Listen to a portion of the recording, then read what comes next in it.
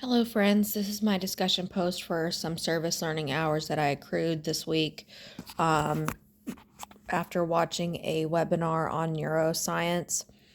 And this was done by Dr. Jessica Hilton, and it was on my computer, and I did it Friday, the 12th.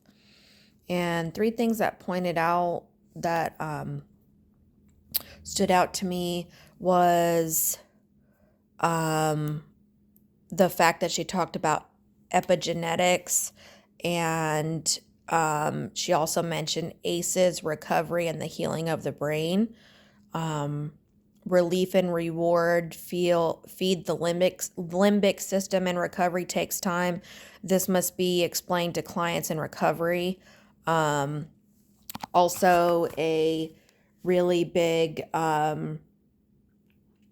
item that she mentioned a lot was that, deep breathing, yoga, and gratitude are really essential tools for one to have that is in recovery. And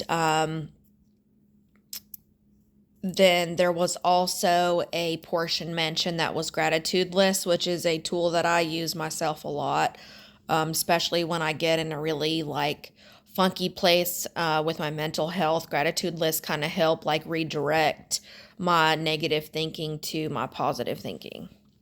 And then she stated gratitude cancels out fear. The two cannot exist in the limbic system at once. And I absolutely love that. I did not know that that was a even a theory or an idea. And the last thing that she mentioned that really stood out to me was that people in recovery have to grieve their addiction. And coming from a personal place of being in recovery, I remember really when that set in for me to grieve that part of my life, that even though it was a negative experience for X amount of years, that it was a big part of my life, and it was my MO. That was the way that I lived, was feeding my addiction. And then when you have to completely alter your life, even though it wasn't a savory experience,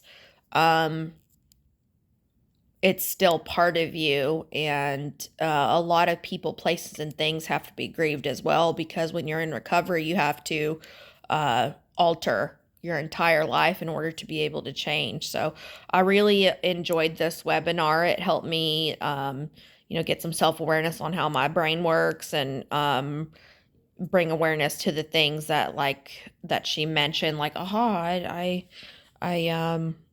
that makes sense. So, yeah, that's my service learning discussion post. Thank you.